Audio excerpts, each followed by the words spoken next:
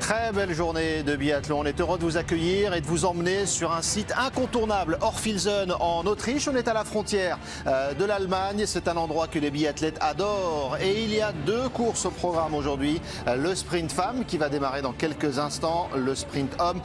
Ensuite, Anne-Sophie Bernadi, Alexis Boeuf sont en place. La première à s'élancer, c'est l'Ukrainienne Semerenko dans quelques instants. La première française, Anne-Sophie.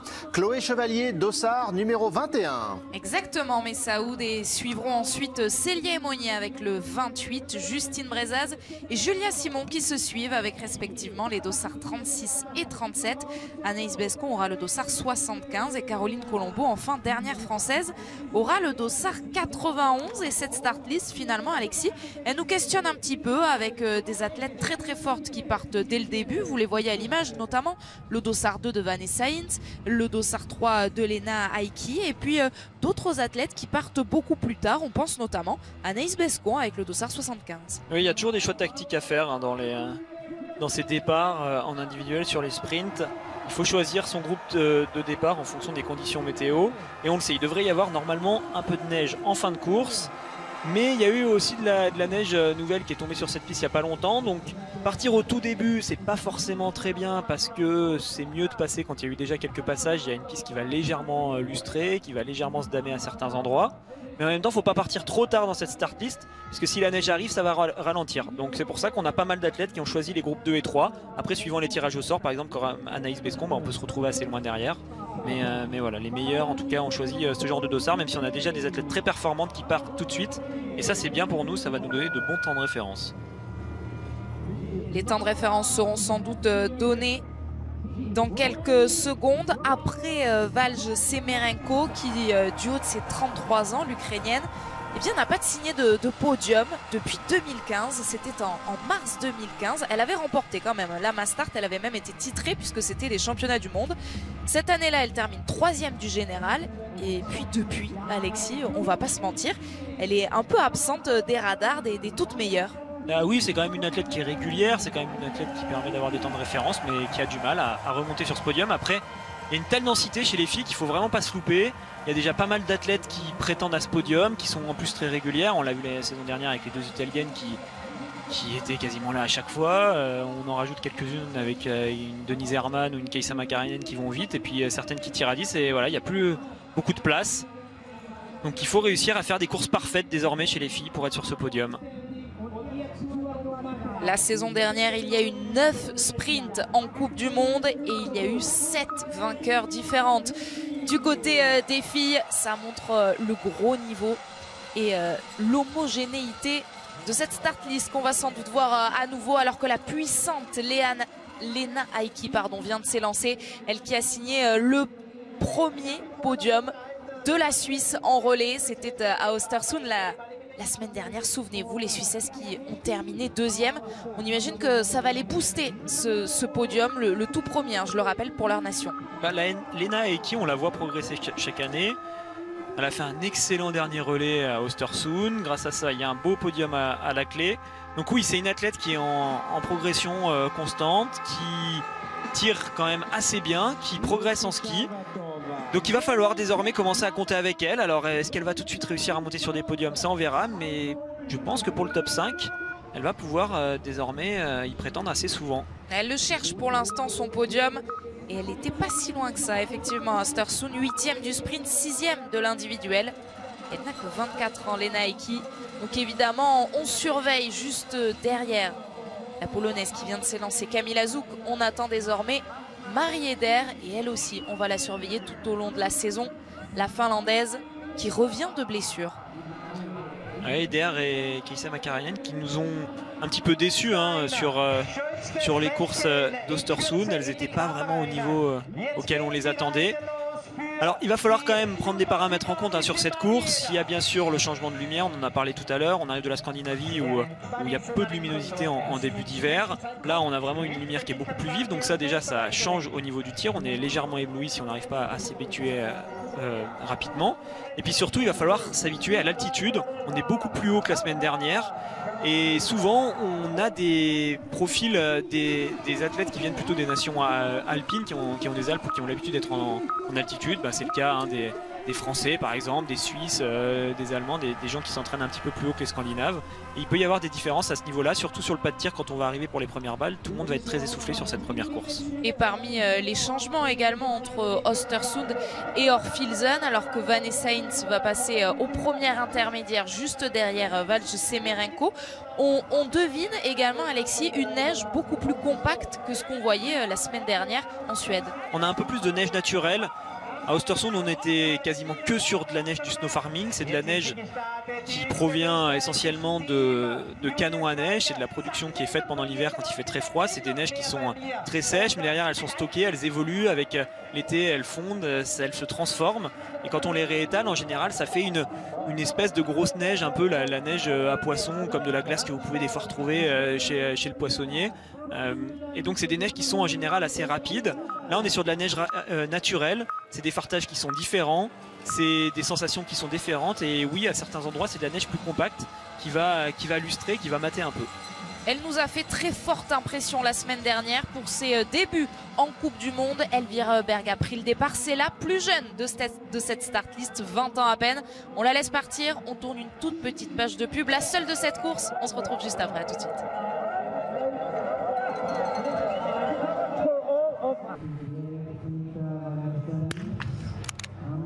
C'est Valj Semerenko qui est ressortie en tête, forcément. Elle a le dossard numéro 1. Elle a réalisé un tir parfait ici à Orfilsen. Bienvenue si vous nous rejoignez seulement maintenant.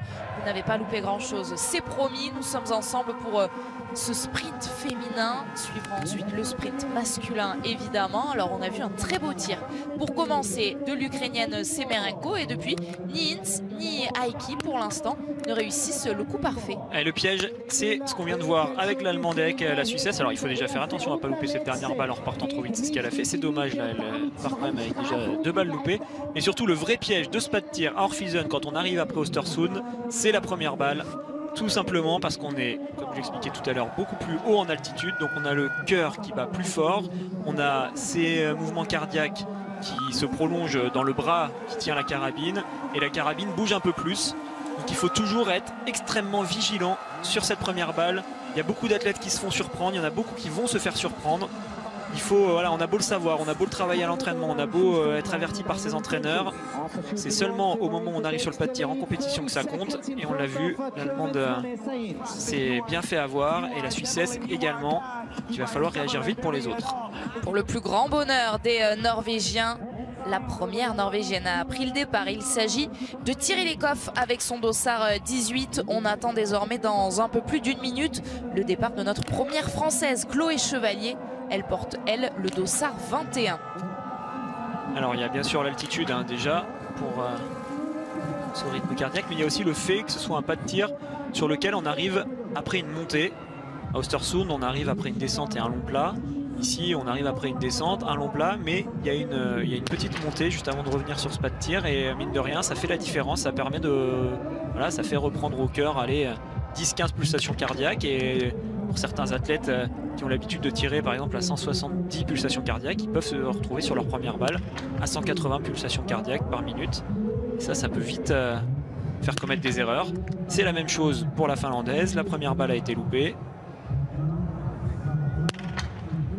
Et elle s'en tiendra là. Une erreur, un 4 sur 5 donc, alors que comme promis, elle est là, Chloé Chevalier. Et dans 3 secondes, ça va être le départ pour la première des 6 Françaises engagées aujourd'hui.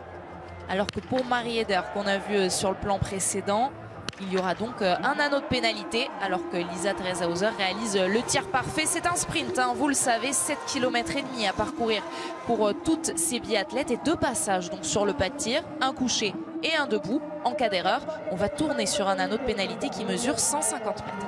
Ouais, qui voit à 25 secondes de perdu pour les filles, en gros. Alors certaines vont le faire en 24 secondes, d'autres peut-être en 26, mais alors on va prendre la moyenne, 25 secondes par balle loupée. Donc sur une distance aussi courte, comme souvent en biathlon, on l'a bien compris, il faut essayer de tirer très bien. Alors elle, on va voir justement ce qu'elle va nous faire, Elvira Berg. On l'a annoncé la semaine dernière comme excellente tireuse. Elle progresse à ski, elle sera parmi les toutes meilleures, je pense, d'ici 1 à 2 saisons. Mais déjà cet hiver, elle peut réaliser de belles choses. Elle arrive dans des temps corrects par rapport à Semerenko.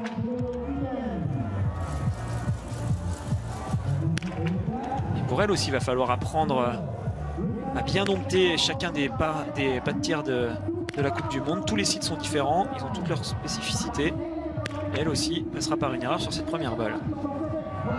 Et elles sont nombreuses à se faire piéger sur le pas de tir. Seulement 3 pour l'instant sont ressorties avec le 5 sur 5. Tirez Lekoff, elle, sur la piste, eh bien, elle est la plus rapide alors qu'une autre Norvégienne prend le départ à son tour. Marte Holzboe-Royseland. Et c'est elle, c'est cette jeune femme qui a fêté ses 29 ans la semaine dernière, qui a été la plus rapide en Suède la semaine dernière. Ah, j'attends beaucoup de Royseland, de voir ce que ça va donner sur les skis cette semaine. Elle était largement au-dessus du lot en Scandinavie, à Östersund. Elle allait beaucoup plus vite que tout le monde. En général, elle mettait 15 secondes au deuxième temps de ski. Là, on est sur un profil plus en altitude qui devrait normalement moins correspondre à ses capacités physiques. Donc si elle reste avec la même marge, attention, pour ses adversaires, ça veut dire qu'elle va aller très très vite tout au long de l'hiver. Ça va être intéressant de décortiquer correctement ses temps de ski à la fin de la course. Pas de tir quand même pas simple, hein. L'altitude ok, mais il y a aussi du vent qui souffle assez fort de la gauche vers la droite. Vous le voyez avec les fanions qui sont à droite de l'écran.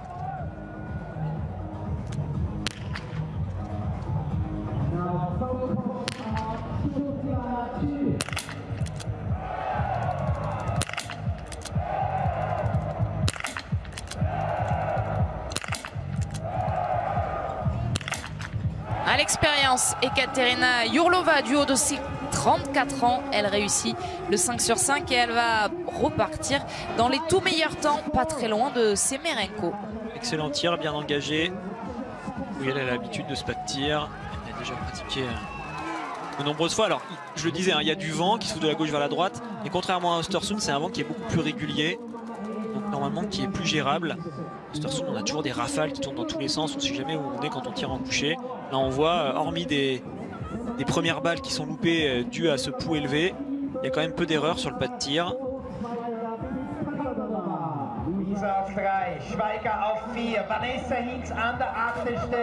Et évidemment, Lisa Theresa Hauser a les faveurs de cette réalisation. Elle qui joue à domicile, elle fait partie des quelques 5 sur 5 après ce premier tir. Célie Aymonier, en haut à droite de votre écran, vient de s'élancer. Elle porte le dossard 28. Elle est vraiment au cœur de ce gros groupe d'athlètes très performantes. Célie Aymonier, elle était la meilleure française sur le sprint de la semaine dernière à Östersund. Elle avait terminé dans un top 10 à la 9e place. Ouais, elle avait fait un beau tir avec un 9 sur 10, il me semble. Oui. On attend au moins le même score sur ce pas de tir. On sait que c'est en général une bonne course quand on tire à 9 ici. À 10, ça peut vraiment vous permettre d'être dans le top 5 ou dans le top 10. Mais déjà un 9, ce serait bien. On espère aussi que Célia va être légèrement plus rapide que la semaine dernière en ski. Elle avait des temps de ski intéressants, mais je trouvais un petit peu en dessous de son niveau de l'année dernière. Alors qu'on voit Royseland qui skie fort, hein. Alors elles sont pas dans le même tour les deux athlètes, c'est pour ça qu'il y a une telle différence, mais quand même ça a l'air d'aller assez vite. On va regarder les temps intermédiaires. C'est Thierry Lekoff à 1.4 qui est passé en tête avec 3 secondes d'avance sur Charvatova. Et Royseland n'y est pas encore passé pour l'instant. Ça revient déjà pour Semerenko sur le deuxième tir.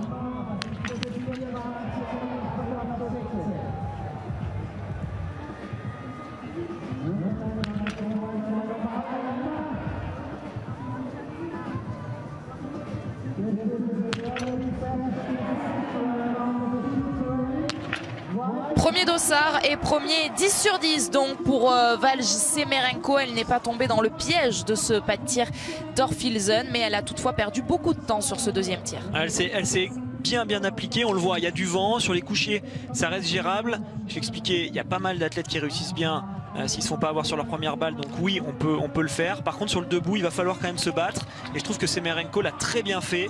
Elle n'a pas lâché la cagette comme on dit en se disant bon allez il faut pas que je perde de temps. Non, elle a bien tenu, un beau 10 sur 10, même s'il est un peu lent, il va compter quand même sur cette course. Ce n'est pas la première cette fois, mais c'est la dernière qui est dehors pour Thierry Lekoff. Sous les yeux de son entraîneur, vous l'avez remarqué, 10 secondes d'avance, mais il faut aller tourner donc sur cet anneau de pénalité une vingtaine de secondes, et elle ressortira ensuite. La semaine dernière sur le sprint, Thierry Lekoff n'est pas vraiment sur le coucher où elle avait eu du mal avec un 5 sur 5, mais c'était la catastrophe sur le tir debout avec 4 erreurs. Thierry Lekoff, de toute façon elle sera dangereuse, hein, à chaque fois qu'elle tirera bien. Après, heureusement pour ses adversaires, c'est pas souvent que ça arrive, donc ça permet de profiter de ça. Mais Aski, elle est là, un deuxième temps de ski pour l'instant dans le premier tour, juste derrière Royseland qui est dans la même seconde. Pareil, à 9 sur 10, la Norvégienne restera dangereuse. Et elle vient de ressortir tirer les coffres de son premier tir en 6e position à 17 secondes.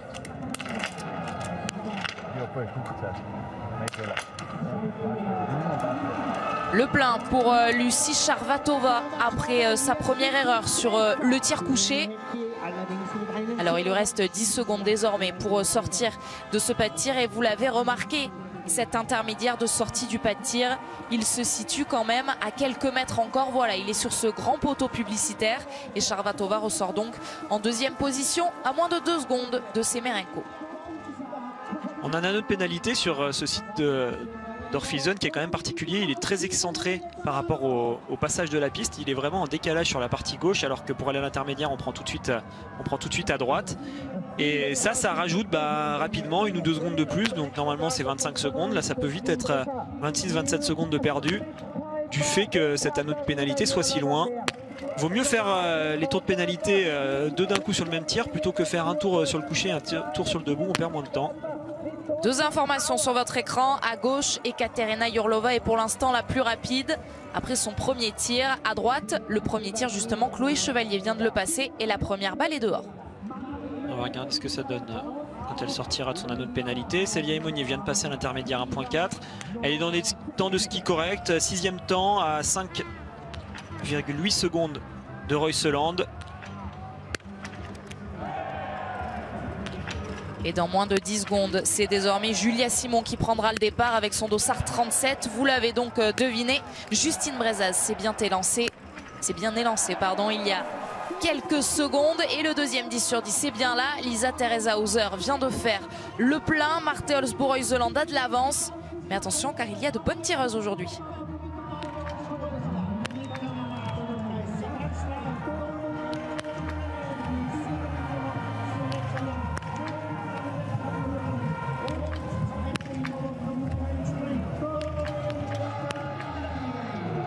Une erreur pour Marte Olsbo-Royseland, mais plus de 15 secondes pour sortir de ce pas de tir. Attention, elle sera évidemment redoutable.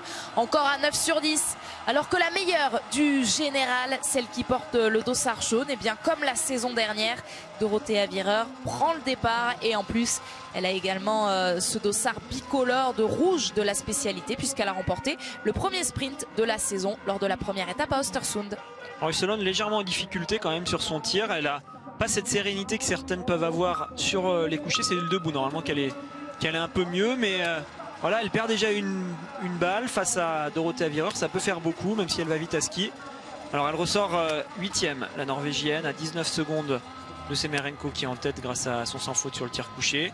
Il va falloir faire attention quand même aujourd'hui, hein. Il va y avoir beaucoup de 10 sur 10 je pense. Ça s'explique par le fait que après des conditions extrêmement difficiles sur le pas de tir d'Östersund, quand on revient ici à Orphilsen en général, les athlètes se sentent mieux et on élève les statistiques de tir. Donc on le sait, c'est le genre de pas de tir où il ne faut pas tirer en dessous de 9, sinon ça pardonne pas. Donc Royseland a déjà pris en gros sa balle joker sur ce premier coucher. On surveillera évidemment Ingrid Tendrevold, de la vice-championne du monde de ce sprint, qui a pris le départ juste après Dorothea Wierer avec le dossard 39. Mais en attendant, sur le pas de tir, c'est l'heure du deuxième tir pour Ekaterina Yurlova. Elle aussi pourrait aller, pourquoi pas, aller chercher le 10 sur 10.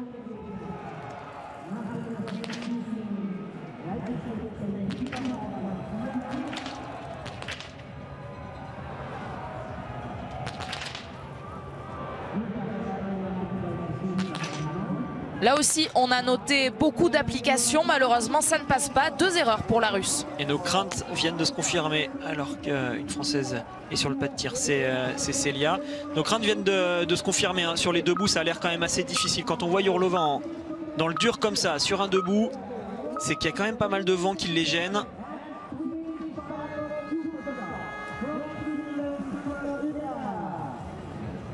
Anna Heuberg, après sa sœur Elvira, vient de prendre le départ. Elle qui a connu un petit coup de mou sur le relais avec ses 3 erreurs devant son public, vous vous en souvenez peut-être, mais elles avaient quand même terminé 3e, les Suédoises. Ça fait 4 sur 5 pour Célia. Ouais, Célia qui est ressortie avec le 4 sur 5. Là aussi, elle aura pris son joker. Maintenant, il va falloir essayer de faire mieux sur le debout, même si ça s'annonce pas si simple. Avec ce vent qui est en plus en train de forcir. Les Fagnons ont tendance quand même à bouger beaucoup plus que tout à l'heure. Il faut faire quelques clics déjà sur le coucher. Chloé dans les skis de Dorothea Virer, ça peut être intéressant pour elle si elle parvient à la tenir. Chloé Chevalier, elle est ressortie 21e du premier tir à 47 secondes et demie. Dorothea Virer, elle passe donc à cet intermédiaire et elle a un petit peu de retard. Ouais, elle est à 5 secondes.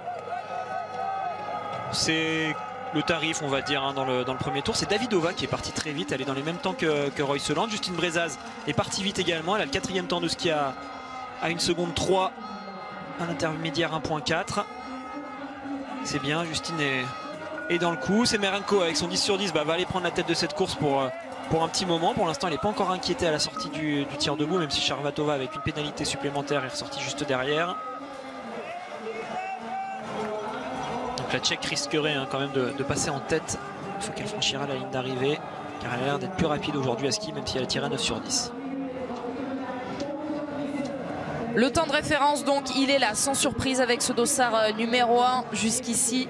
Rien d'anormal à noter. Du côté des Françaises, Célie Monnier est 21e à la sortie du premier tir. Chloé Chevalier, 25e. Et Marketa Davidova, alors justement, que vous disiez rapide sur les tablettes, Alexis, est-ce qu'elle n'a pas grillé trop d'énergie devant ce pas de tir qui s'annonce compliqué? Les Fagnons bougent dans tous les sens. Elle a cliqué, donc elle a l'air assez lucide, même si elle est partie vite. On va voir ce que ça donne au niveau du résultat.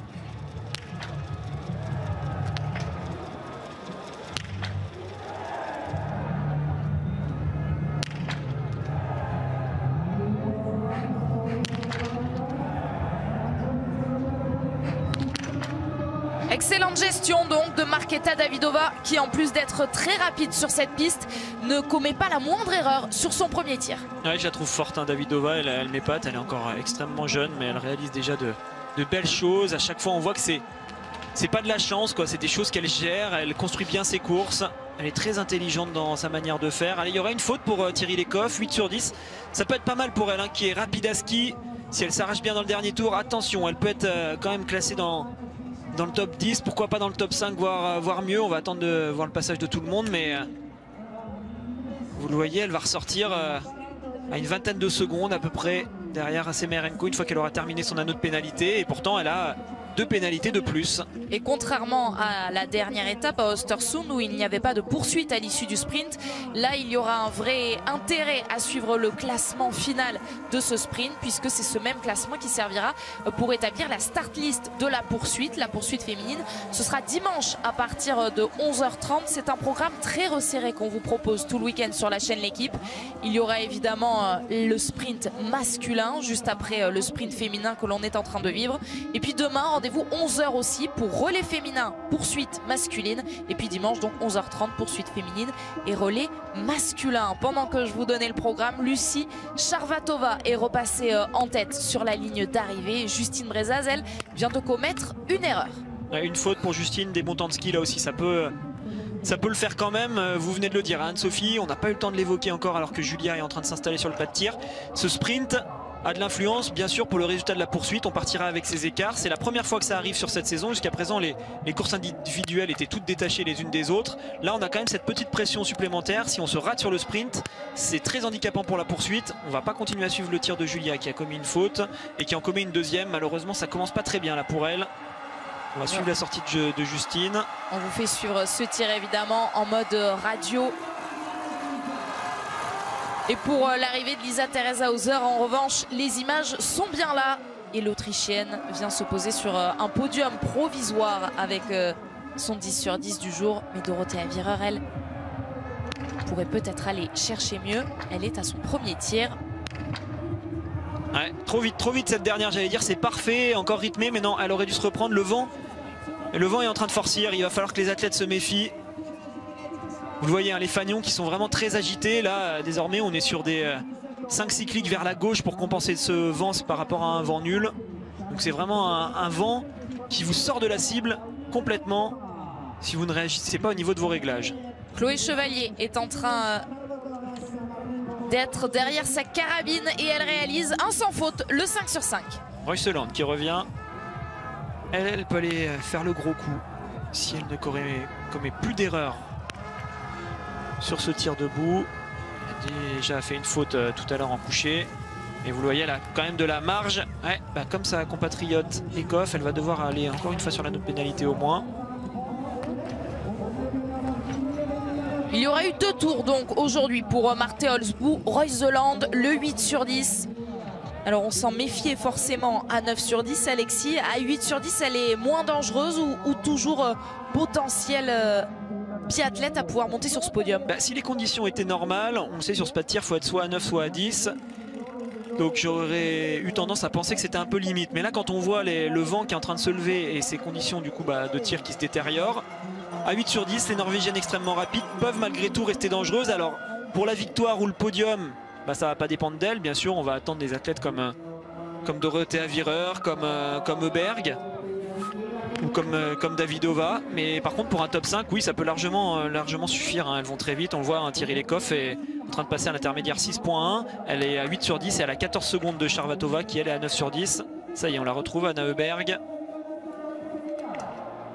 Donc ouais, ça va vite quand même pour les 2 Norvégiennes. Royseland après le deuxième tir, malgré 2 fautes, est ressortie seulement 18 secondes. Elle peut reprendre pas mal de temps dans ce dernier tour.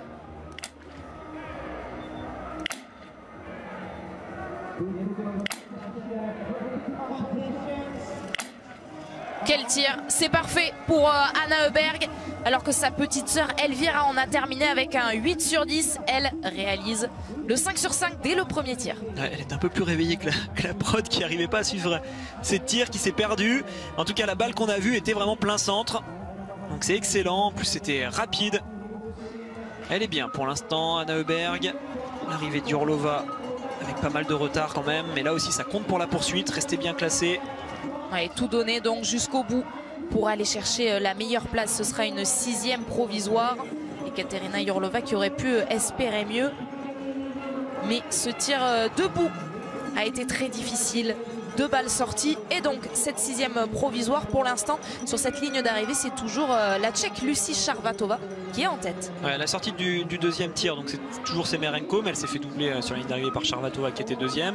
Lisa Teresa Hauser est arrivée, elle 3e, elle est toujours 3e à la sortie du pas de tir. C'est Thierry Lecoff qui est actuellement dans son dernier tour, qui est en train de leur reprendre du temps.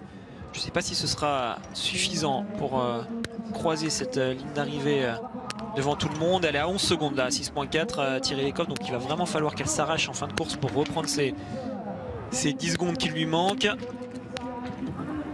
Mona Brorsson qui peut aller chercher un 10 sur 10. Et 2 erreurs malheureusement pour Célia Emonier qui était si bien partie dans ce tir debout sur lequel elle a largement progressé depuis la saison dernière. Malheureusement 2 erreurs supplémentaires donc et un 7 sur 10 aujourd'hui pour Célia Emonier. Pour Mona Brorsson, est-ce qu'il y aura un plein? Elle prend son temps pour lâcher cette dernière balle. Elle se reprend bien, elle qui a souvent loupé des coups à cause de ces dernières balles. Et ce sera encore le cas aujourd'hui. Mironova qui va très vite à ski, il va falloir la surveiller. Parce qu'elle est vraiment dans les meilleurs. On va suivre avec attention sa sortie du pas de tir. Vous le voyez, elle a quand même 41 secondes pour aller faire son anneau de pénalité. Alors, il faut déjà sortir du pas de tir, il faut faire l'anneau de pénalité et ressortir. Ouais, ça va se jouer à rien du tout avec le temps de Semerenko. Une cliente pour pourquoi pas la victoire là avec Mironova. Et ce serait déjà un exploit pour cette Russe de 25 ans qui n'est jamais montée sur le podium. Meilleure performance, c'était 7e sur un sprint justement. Peut-être, pourquoi pas même la victoire aujourd'hui pour Mironova qui est à la fin de son anneau de pénalité. Et la réalisation le sait, on la suit jusqu'au bout. Et oui, elle est en tête, 8 secondes 5 d'avance sur l'Ukrainienne. Ouais, elle est allée très vite dans le premier tour. Elle a bien temporisé dans le deuxième. Elle est capable de finir fort, Mironova. C'est elle qui a toujours le meilleur temps du premier tour. Il va falloir compter avec elle. Est-ce que Thierry Lecoff va passer en tête? Ça va se jouer à 2-3 secondes près, mais elle risque d'être derrière. Ouais, elle va être 2 secondes derrière Charvatova. Ouais, Thierry Lecoff, 2e, donc Charvatova toujours première. Et une autre information que l'on a loupée parce qu'on suivait la sortie de Mironova, c'est le tir de Kaisa Makarainen avec un 5 sur 5. Elle est ressortie en 2e position. Là aussi, ça joue la victoire avec Davidova.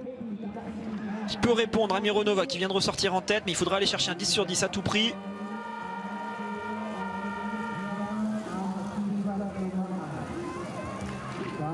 Ouais, ça aura coûté cher là, on la voyait pas faire de fautes comme ça. Alors les caméras sont assez loin et il y a du vent donc elle bouge, c'est pour ça qu'on voit un peu, c'est flou sur les images. Et ça nous montre encore une fois que le pas de tir est hostile en ce moment.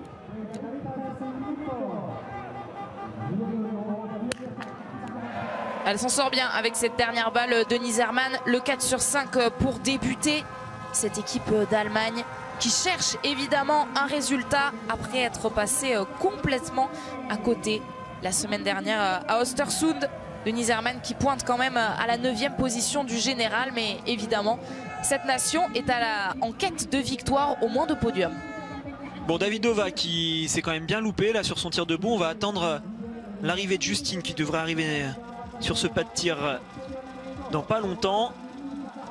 Ça s'est bien ouvert hein, devant pour Mironova. Alors il reste quand même pas mal d'athlètes. On va suivre avec attention le dernier tour de Royseland qui est en train de skier vite, à peu près comme Thierry Lecoff. Elles vont vite les Norvégiennes. Ça y est, Justine est là. Allez, il y a un bon coup à faire aujourd'hui. Il y en a pas mal qui se sont loupés. Avec un plein sur ce tir, elle peut jouer la victoire ou le podium, Justine.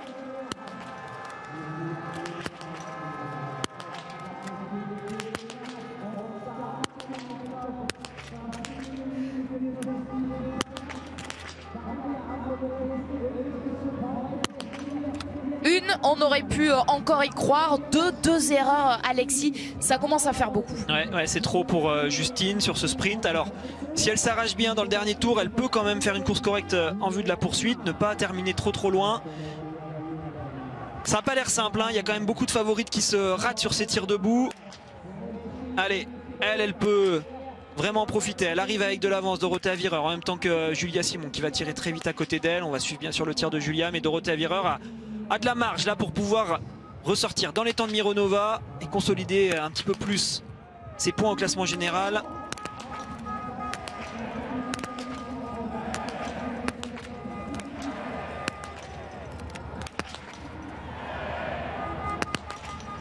C'est un 5 sur 5, un 9 sur 10 donc aujourd'hui pour Dorothée Avirer qui a encore quelques secondes pour pouvoir ressortir de ce pas de tir et pourquoi pas être en tête devant Mironova. Dans le même temps, vous l'avez remarqué, Julia Simon, elle, a fait une erreur.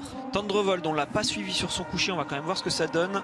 Parce qu'elle peut aussi, mine de rien, être dangereuse. Elle était bien classée après le premier tir. Attention, à 10 sur 10, Tendrevold peut se mettre sur le podium.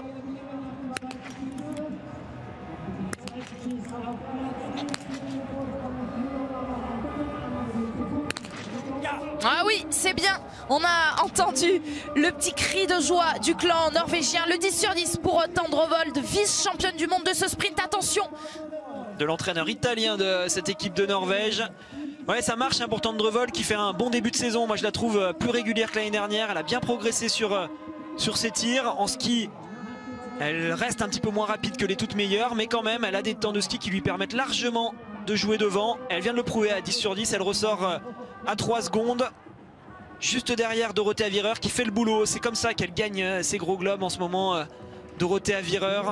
Elle se loupe une fois sur le coucher. Par contre, sur le debout, elle ne fait plus aucun cadeau. On le dit souvent, hein, c'est la régularité qui est importante pour gagner un classement général. Ah, ce sera trop juste aussi pour Royseland qui vient malgré tout terminer une seconde devant Eckhoff. Elles ont repris, hein, les deux Norvégiennes, beaucoup de temps dans le dernier tour. Et Charvatova, du coup, est toujours en tête. Alors Mironova devrait arriver dans pas si longtemps que ça. Elle aussi va pouvoir jouer le podium. Berg. Et on attend Tendrevold et Avirer dans le dernier tour aussi. «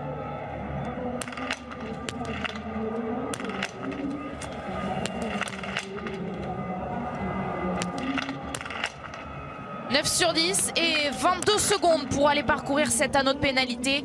Anna Öberg sera à coup sûr bien placée pour cette poursuite. Ouais, elle sera très bien placée. Est-ce que ça va suffire pour le podium? Ça va être juste, hein. Il va falloir qu'elle se dépêche dans ce dernier tour. Elle est face à Tendrevold et Mironova. Pas dit qu'elle parvienne à revenir sur ce podium. Un petit point sur les Françaises. Julia Simon est ressortie 13e après ce deuxième tir. Justine Brezas 19e. Chloé 23e et Célia 29e. Pas mal de fautes hein, encore pour les Françaises sur ce pas de tir.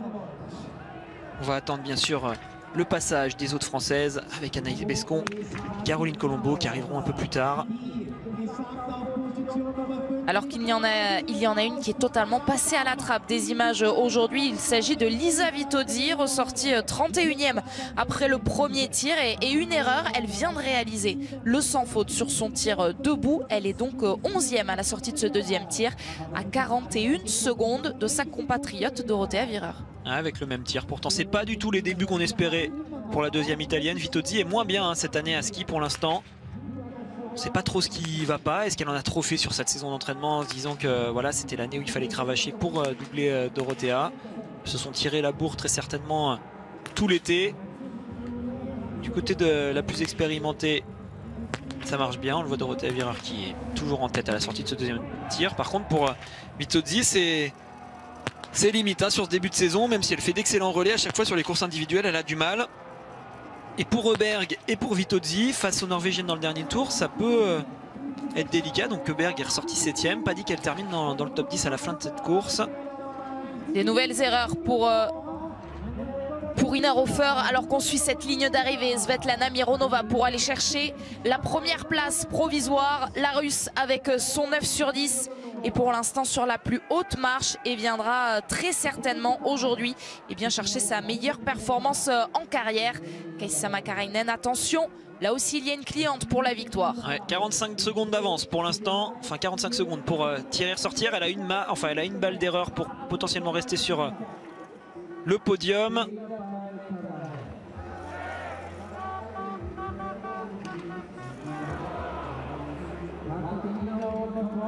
Eh bien, il y en aura deux. Elle en avait une de marge, mais elle en commet deux. Kaisa Makarainen, 300 mètres supplémentaires à aller parcourir. Ouais, elle aussi va aller jouer du coup le top 10 plutôt que le podium. Dorothea Virer, toujours en tête, 14 secondes d'avance sur Mironova. Elle est en train de terminer fort, hein. Elle avait 5 secondes d'avance sur la Russe, désormais elle en a beaucoup plus. On voit Justine qui est pas loin derrière elle. Là, allez Justine, il faut s'arracher pour la poursuite. Julia est là aussi, mais elle a l'air forte, hein, Dorothea Virer sur cette course. Tendrevold qui se bat également pour le podium va revenir très certainement sur Julia qui est juste devant elle. Elle est en train de s'arracher là, tout en fréquence, la Norvégienne. Elle était 3 secondes derrière Dorothea Virer à la sortie du pas de tir. Toujours le même temps. Attention, attention pour Dorothea Virer. Il va pas falloir faiblir car Tendrevold a l'air rapide dans ce dernier tour. Et on en prend plein les yeux dès la première course de cette deuxième étape ici à Orfilsen avec ce sprint féminin. Il y aura évidemment le pendant masculin un petit peu plus tard dans la journée, 14h20. Mais on va rester à l'antenne pour débriefer la course des filles et vous présenter la course des garçons. C'est une très belle journée biathlon sur la chaîne L'Équipe puisqu'on est ensemble jusqu'à un peu plus de 16h me semble-t-il. Denise Herrmann, elle, allez, pour redorer le blason de cette équipe allemande, toujours en quête de résultats. Elle ne fera pas mieux que 9 sur 10 aujourd'hui. Ouais, et elle ne sera pas sur le podium, hein, je pense, Denise Herrmann, sauf si elle nous surprend vraiment dans le dernier tour, mais ça me paraît quand même compliqué. Ouais, avec 2 tours, c'est terminé. Les Allemandes qui ont du mal, hein, vous l'avez dit Anne-Sophie, un seul podium en relais à Östersund, aucun podium individuel, il n'y a pas grand chose à se mettre sous la dent pour l'instant pour eux. Et aujourd'hui là on voit pas vraiment de drapeau allemand capable de jouer ce podium dans le dernier tour pour l'instant. Kriouko non plus ne réussira pas à aller chercher le 10 sur 10 pour l'instant. J'en compte 1, 2, 3 10 sur 10 seulement sur cette ligne d'arrivée. 32, 33 maintenant biathlètes viennent d'arriver. Et bientôt une 34e. Elle a réussi le 9 sur 10 aujourd'hui. Et Dorothea Virer dispose désormais de plus de 20 secondes pour aller chercher cette ligne d'arrivée. Et elle va y parvenir en tête. Elle va être première provisoire pour l'instant devant Mironova. Ouais, on va attendre le passage de Tendrevold car j'ai l'impression qu'elle a perdu un peu de temps par rapport à Justine en fin de course. Dorothea Virer, la Norvégienne, si elle a fini légèrement plus fort, pourrait venir couper la ligne. Dans les temps de l'Italienne, ça va se jouer à 1 ou 2 secondes près, hein, dans un sens ou dans l'autre. On va attendre, elle va arriver juste après Julia. Tendrevold, la voici. Julia est en train de franchir la ligne d'arrivée. Ah, ça va être serré. Allez, 5 secondes, cette ligne d'arrivée pour Ingrid Tendrevold pour aller chercher, pourquoi pas, sa première victoire en carrière. Mais elle sera derrière Ingrid Tendrevold. Elle sera toutefois devant Mironova. Virer, Tendrevold, Mironova. C'est pour l'instant le podium provisoire de ce sprint. Et les Françaises viennent toutes les deux de passer la ligne d'arrivée. Julia a coupé la ligne d'arrivée en 10e place. Alors que Fialkova peut faire là aussi quelque chose de fort. Pourquoi pas un podium si elle s'arrache dans le dernier tour. Mais il n'y a pas beaucoup de place. Ouais, beau 10 sur 10. Allez, il va falloir vraiment s'arracher. Je le disais, hein, Justine 13e pour l'instant. Meilleur temps de ski pour Justine. Ça, c'est quand même intéressant. Les Françaises ont skié vite. Paulina Fialkova qui a dû rentrer précipitamment la semaine dernière. Elle n'a pas pu disputer le relais avec l'équipe slovaque. Il n'y avait d'ailleurs pas de relais, conséquence de son forfait. Mais elle est de retour et elle est bien là. Sortie donc 4e après ce deuxième tir à 11 secondes. Et avec un magnifique 10 sur 10. Elle peut hein, revenir sur Mironova, la Russe qui a faibli dans le dernier tour par rapport aux autres. Elle a perdu beaucoup de temps. Donc ça laisse une petite marge potentielle pour s'incruster sur le podium à la Slovaque. On va suivre avec attention bien sûr le dernier tour de Fialkova.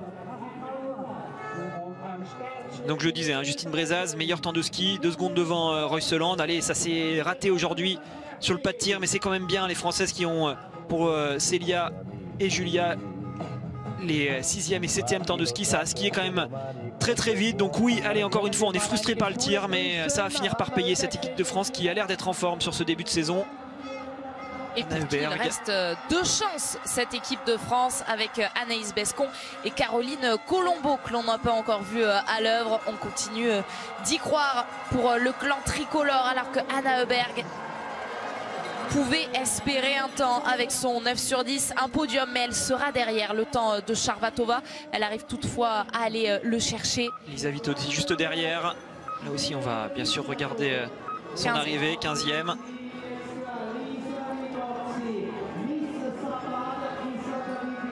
Que c'était dur, vous les voyez ces images pour Anna Heuberg qui vient s'échouer au pied de ce podium provisoire. Voilà le récapitulatif avec le drapeau norvégien que l'on voit en force. Ingrid Tendrevold, Marte Olsbo-Reuseland et Thierry Lecoff, malgré leurs erreurs, elles sont bien là aux premières places.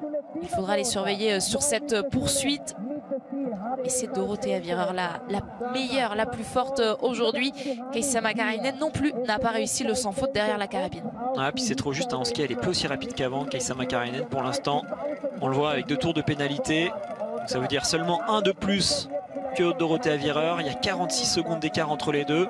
Elle skie moins vite que l'italienne.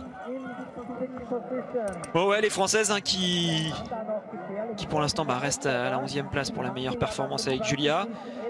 Qui nous frustre bien sûr sur ce résultat final. Il n'y aura pas de podium, sauf si Anaïs Bescon vient créer une surprise en fin de course ou Caroline Colombo. Mais on va quand même aller chercher les motifs de satisfaction quand on décortique tous les résultats. Donc je le disais tout à l'heure, meilleur temps de ski pour l'instant pour Justine Brezaz. Ça skie très vite, ça c'est bien. Et meilleur temps de tir pour Julia Simon. C'est elle qui a passé le moins de temps sur le pas de tir aujourd'hui. Donc voilà, elles ont chacune leurs armes. Elles ont loupé un peu trop de balles sur ce pas de tir. Il y a quand même des facteurs intéressants, enfin des choses à garder sur cette course. Et bien justement, la chance française désormais dont on dispose, Anaïs Bescon. Elle est arrivée sur le pas de tir pour le premier tir.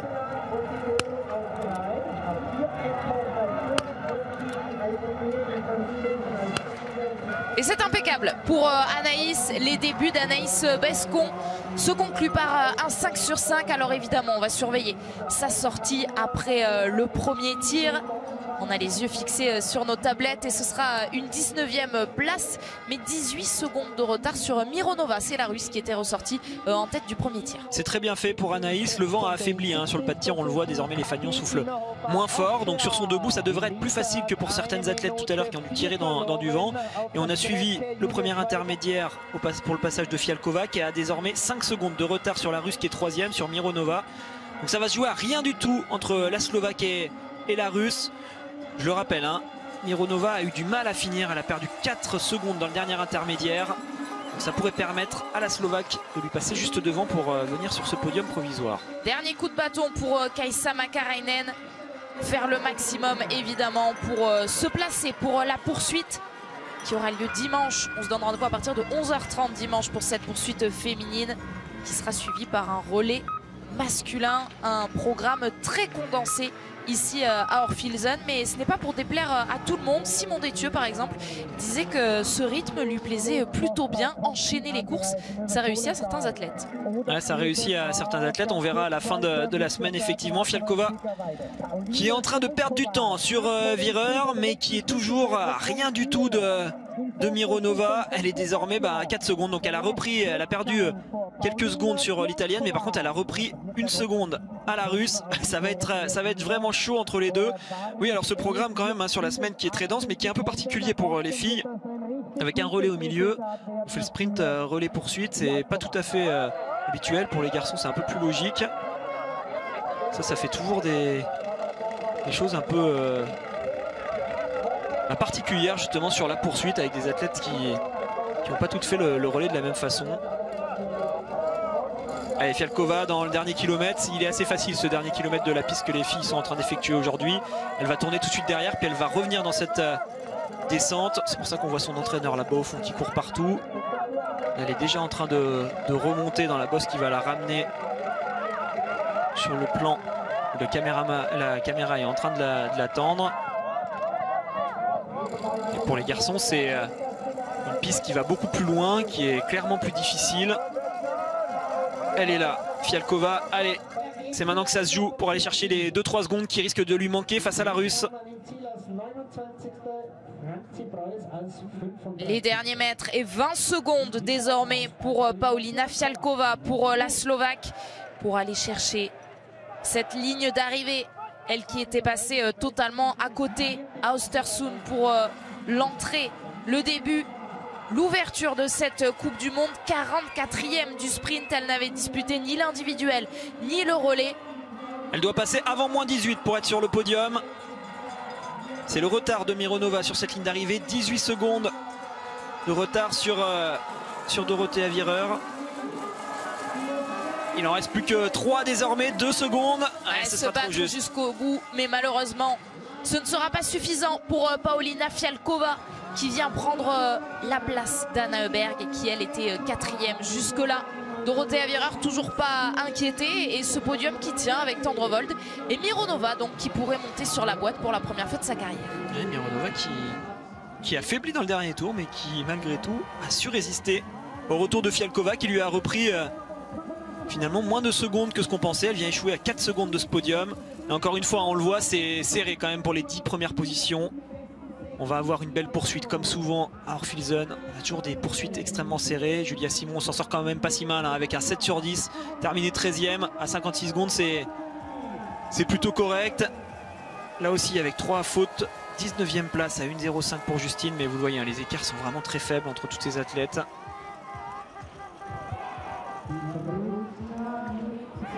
Une poursuite aux allures de mass start. On vivra ça donc à partir de dimanche. J'espère que vous avez bien noté ce rendez-vous. Et aujourd'hui, nous sommes ensemble jusqu'au milieu de l'après-midi. On va évidemment vivre le sprint masculin avec là aussi des Français engagés jusqu'en fin de start list, tout comme chez les filles avec Anaïs Bescon et ce gros dossard, le 75. Mais Anaïs qui peut toujours aller chercher un 10 sur 10. Avec un 10 sur 10, elle ferait une belle course, Anaïs. Alors là, elle est dans le 2e tour. Comme je le dis souvent, c'est le tour où on temporise. C'est celui où on utilise sa vitesse de croisière, on va dire. Et ensuite, dans le dernier tour, on réaccélère, on essaie de s'arracher. Elisabeth Högberg pour son tir couché.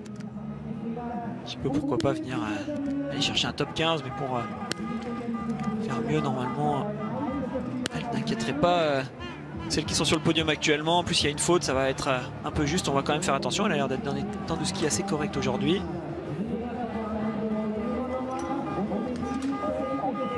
Et la meilleure suédoise pour l'instant, c'est Anna Heuberg qui est 5e sur la ligne d'arrivée.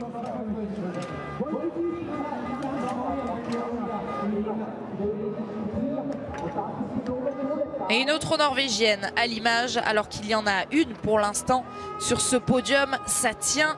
Il s'agit de Synnøve Solemdahl qui fait son retour en Coupe du Monde, elle qui n'a pas participé aux épreuves d'Östersund. La concurrence est rude dans cette équipe de Norvège. On a su la sortie de Nicole Gontier qui vient de réaliser un 5 sur 5 sur son tir couché, l'italienne. Sur son tir debout peut-être plutôt. Elle ressort 21e avec 2 fautes, Nicole Gontier. Solemdal qui fait un début de course correct avec ce 5 sur 5. Atanski plutôt bien, même si elle va ressortir avec du retard. Elle peut jouer quelque chose sur son tir debout. Alors il va pas falloir baisser de rythme, hein. On sait que ça a terminé très fort pour celles qui sont sur le podium actuellement. Mais c'est bien là cette sortie après le premier tir pour la Norvégienne. Alors Synnøve Solemdal, elle a le dossard 88. Anaïs Bescon, elle a le dossard 75.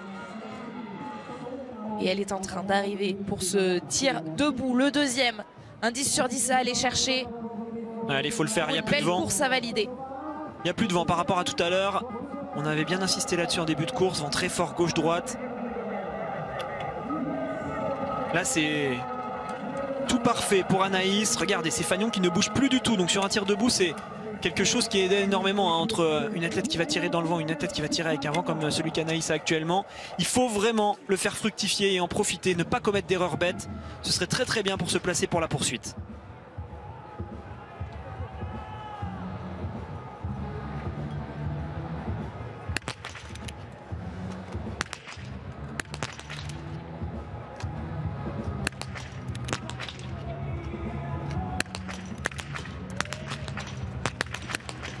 Et il est là, le premier 10 sur 10 de la saison pour Anaïs Bescon, magnifique. Allez, on va essayer de croire au podium désormais. On va regarder à combien elle va ressortir. Elle va ressortir dans les temps de Fialkova, dans les temps de Mironova. Il va falloir s'arracher, hein. Pour Anaïs, ça va pas être simple, mais quand on a un podium à aller chercher, on peut vraiment faire la différence dans le dernier tour. On n'a pas vu sa sortie de pâtière, elle est ressortie 8e à 18 secondes.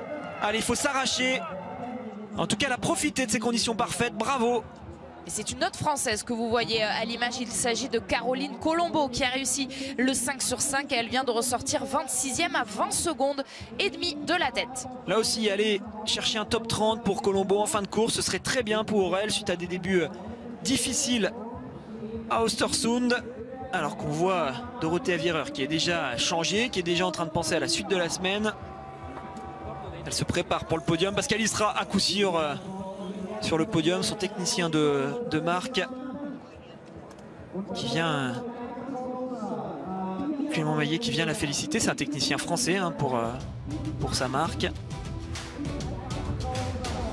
Et pour l'instant, elle n'est pas inquiétée, Dorothea Wierer, après sa victoire sur le sprint sur la première étape à Östersund. Eh bien, elle pourrait enchaîner une nouvelle fois, conforter donc ce maillot bicolore, ce dossard bicolore que vous voyez sur ses épaules. Le jaune de vainqueur du général, de leader du général en tout cas pour le moment. Et puis le rouge de leader de la spécialité de sprint et de victoire. C'est ce qui s'annonce pour Dorothea Wierer. Une 9e victoire sur le circuit de la Coupe du Monde. Ouais, pour moi, pour l'instant, c'est la seule des grandes favorites pour ce gros globe qui répond présent. Toutes les autres font des grosses erreurs, font des cadeaux à leurs adversaires. Il y a des fois des doubles fautes sur un tir, il y a des fois des gros passages à vide sur la piste. Dorothea Wierer, elle est là à tous les niveaux. Alors c'est pas à chaque fois des tirs parfaits. Aujourd'hui elle termine pour l'instant première. Alors on verra si ça tient jusqu'à la fin de la course, mais ça semble quand même très bon pour elle, hein. Elle termine première avec un 9 sur 10. Ça suffit. Quand les autres grandes favorites se loupent avec une ou deux fautes de plus. L'italienne, elle fait le boulot et c'est grâce à ça pour l'instant qu'elle assure ce dossard jaune. Tendrevol fait une excellente course et on va bien sûr suivre avec attention le dernier tour d'Anaïs Bescon, hein, qui est ressortie 8e après ce deuxième tir et qui peut aller chercher un top 5, un podium. On va tout espérer, on va attendre de voir le premier intermédiaire pour la Française. La réalisation qui s'attarde sur la chinoise Tang. Et on risque d'en entendre parler de cette équipe chinoise qui s'est largement renforcée à l'intersaison. Ouais, renforcée surtout au niveau de son staff avec Ole Einar Bjørndalen comme entraîneur, avec Daria Domracheva comme entraîneur également. Jean-Pierre Amat pour le tir, lui qui a formé tant d'athlètes de l'équipe de France. Et Tang, elle n'est pas passée loin d'un bon résultat, hein. Elle était vraiment dans des temps corrects, dans les temps d'Anaïs à peu près pour ressortir aux alentours du top 10. C'est dommage, elle a loupé une balle de trop.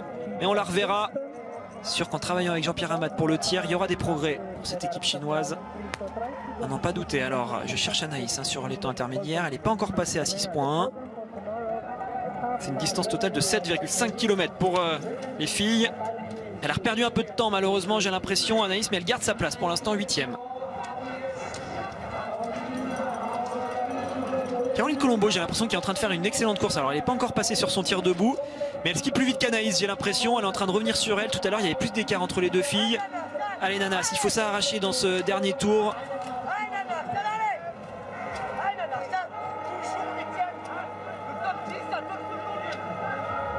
Ouais, ce top 10 qui tient pour Anaïs Bescon, c'est les informations qu'elle a entendues au bord de cette piste. Elle était 8e à ce nouvel intermédiaire. Anaïs Bescon et Caroline Colombo, les deux derniers dossards pour cette équipe de France, sont encore sur la piste. Il pourrait y avoir de très beaux résultats. Le top 10 à aller chercher aujourd'hui pour Anaïs Bescon. Il faut vraiment qu'elle tienne jusqu'au 6.4. Après, c'est quasiment fini. Attention, il reste encore quelques athlètes qu'on devra surveiller. Piedrushna, Restova. Ouais, Restova qui fait un cadeau. Et c'est la même chose pour l'Ukrainienne qui là aussi en laisse une. 9 sur 10 donc pour Piedrushna. Ça fait quand même un beau résultat sur ce pas de tir, puisqu'aujourd'hui, des 10 sur 10, il n'y en a pas beaucoup. J'en compte 4, 5. Ouais, Caroline qui continue à reprendre du temps sur Anaïs. Alors c'est surtout Anaïs qui perd du temps par rapport à la tête, mais on le sait, Dorothée Avireur est allée plus vite que pas mal d'athlètes dans ce dernier tour. C'est quand même toujours Justine Brezaz qui a le meilleur temps de ski de cette course. Pour Anaïs, ça a l'air d'être quand même moins rapide que sa compatriote. Mais allez, ça peut tenir vraiment pour ce top 10, il faut qu'elle s'arrache. Zbilout qui vient faire très belle course. Elle va faire reculer Julia malheureusement. Mais elle ne parviendra pas malheureusement à aller chercher ce top 10. 12e provisoire. Et elle pourrait reculer à nouveau donc, puisque Anaïs Bescon pourrait s'y immiscer dans ce top 10. C'est ce qu'on souhaite à la Française qui est encore sur cette piste. Après aujourd'hui son très beau 10 sur 10. Dorothée Avireur, première pour l'Italie. On a Vitotti qui est actuellement 18e. Nicole Montier qui vient de passer la ligne d'arrivée en 23e position. J'ai pas vu passer Sanfilippo. Si Sanfilippo est 36e actuellement. Voilà, une équipe d'Italie qui est peu homogène. C'est surtout une Lisa Vitotti qui est pas vraiment à la place à laquelle on attendait. Avec le même tir que Dorothée Avireur. Elle est 1 minute derrière. Allez, on va voir Anaïs qui va arriver dans pas longtemps. On va regarder le deuxième tir de Solendal qui est vraiment dans un temps très correct. Je suis épaté de l'avoir aussi rapide à ski là, Solendal. Je m'attendais pas à ça. Bon, il faut encore qu'elle tire, ça va prendre environ 30 secondes, mais elle pourrait ressortir, pourquoi pas, dans les temps d'Anaïs à peu près, pour aller jouer le top 10 elle aussi.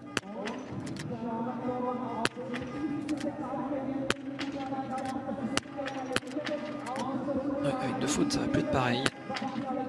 3 même, difficile pour Sinové Solemdal qui a totalement craqué sur cette fin de tir. Elle semblait pourtant vraiment bien partie. Les 2 premières étaient à l'intérieur et Anaïs Bescon arrive désormais. Elle va prendre à droite, à gauche de votre écran pour aller chercher cette ligne d'arrivée. Le 10 sur 10 aujourd'hui et le top 10 à aller chercher. Il y a une fille toutes les 2 secondes. Là, il faut vraiment pas traîner. Il faut jeter le pied devant Royseland. Elle sera derrière. Malheureusement, ça va le faire reculer d'un coup. Elle va se retrouver autour de la 12e, 13e place. Un 11e, 10e même. 10e devant Lisa Teresa Hauser, l'Autrichienne. Il fallait aller chercher ce temps, ces 45 secondes. Et bien elle fait mieux, Anaïs Bescon, à 38 secondes de la tête pour l'instant.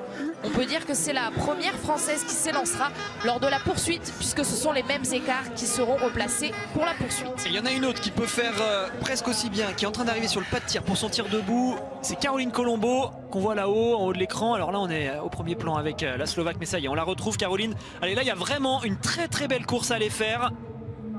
Mais il faut aller chercher ce 10 sur 10. Il n'y a plus de vent non plus.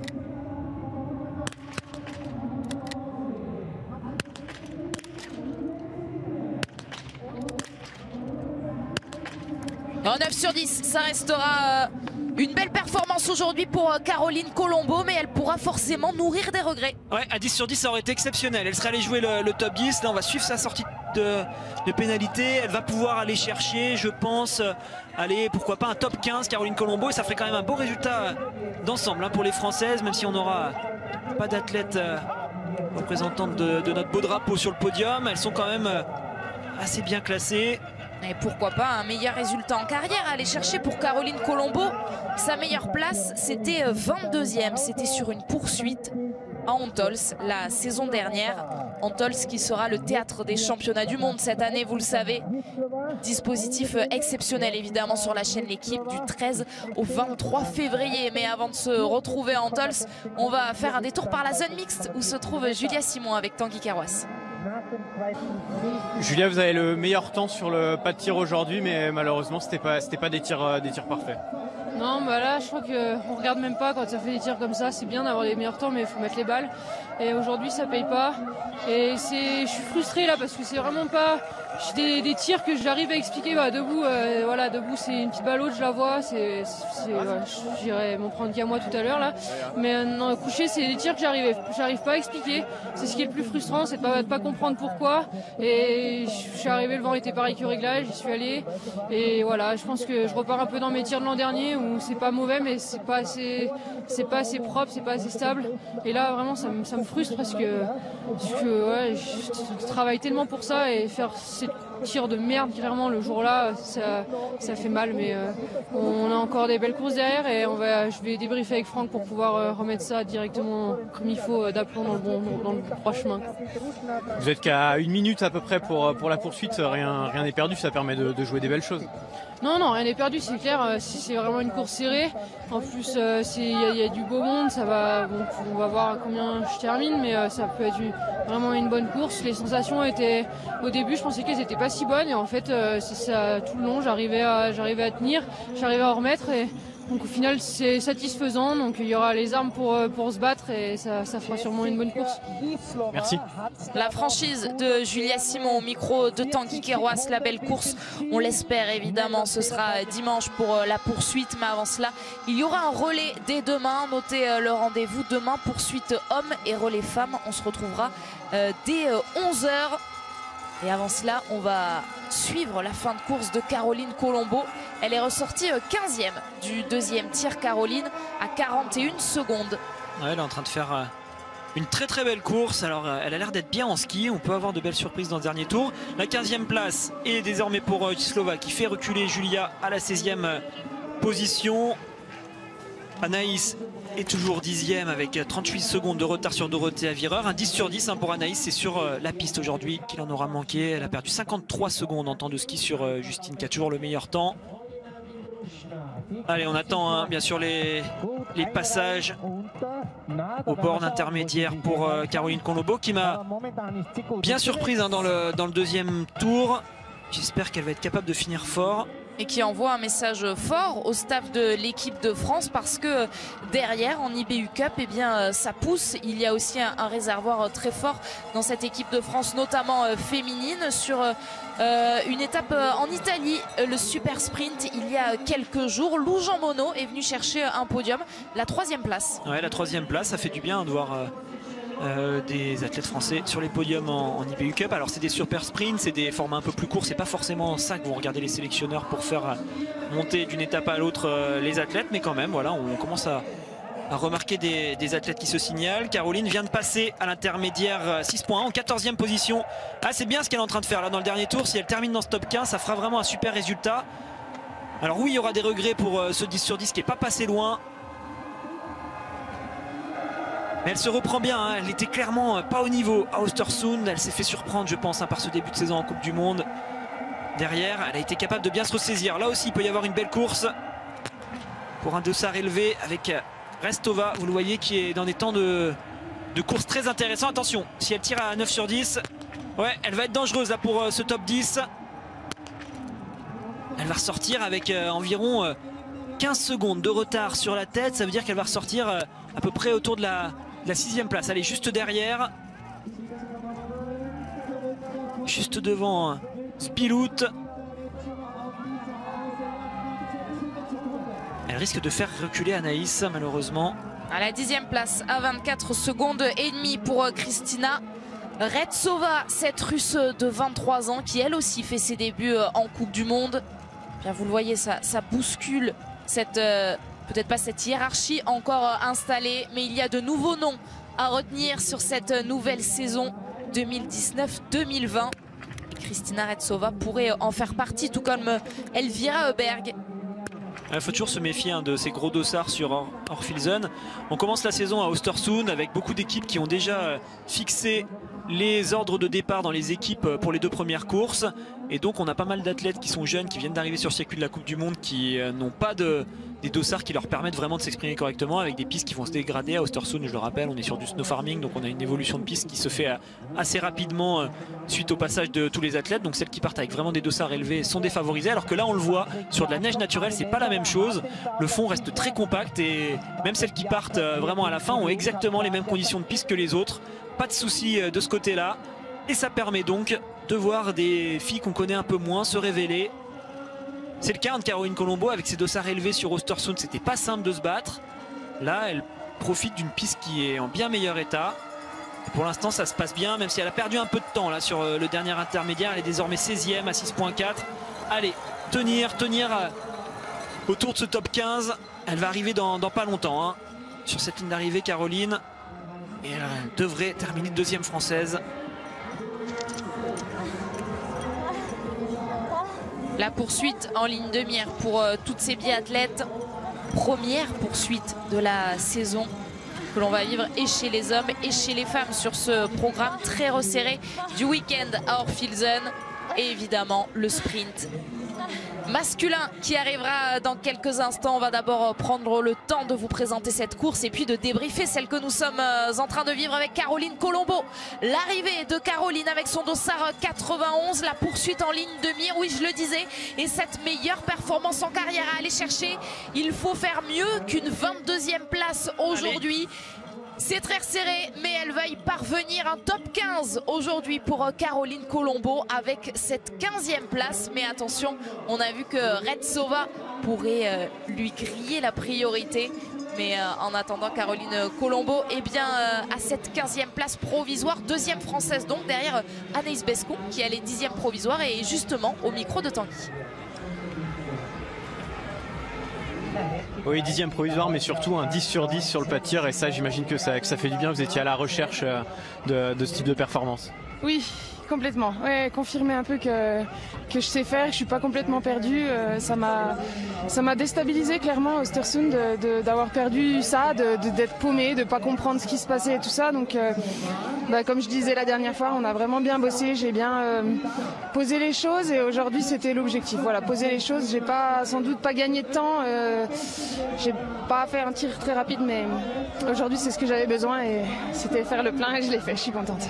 Sur les skis par contre il en manque encore un petit peu. Vous aviez quelle sensation aujourd'hui? Moi personnellement j'ai tout donné, j'ai rien gardé. Je me suis même dit que ça allait être difficile du coup demain et après-demain, mais je pense que peut-être qu'il faut aussi le temps de relancer la machine sur cette piste qui est complètement différente d'Östersund. C'est pas du tout la même neige, c'est pas du tout les mêmes sensations sous le ski et il y a un petit peu d'altitude quand même. Moi j'ai finalement passé plus d'un mois en Scandinavie très bas en altitude et peut-être qu'aujourd'hui mon corps il accuse un petit peu le coup quand même et qu'il faut juste que je le remette un peu dans le bain on va dire. Ça vous place à une 40aine de secondes sur la poursuite, mais avant la poursuite il y a un relais, c'est assez original cette semaine le programme. C'est original oui et non parce que moi depuis toutes ces années où je viens à Orfilsen, c'est pas la première fois qu'ils nous font le coup. C'est vrai que c'est vraiment particulier. Moi, perso, j'aime pas vraiment, mais de toute façon, on n'a pas le choix.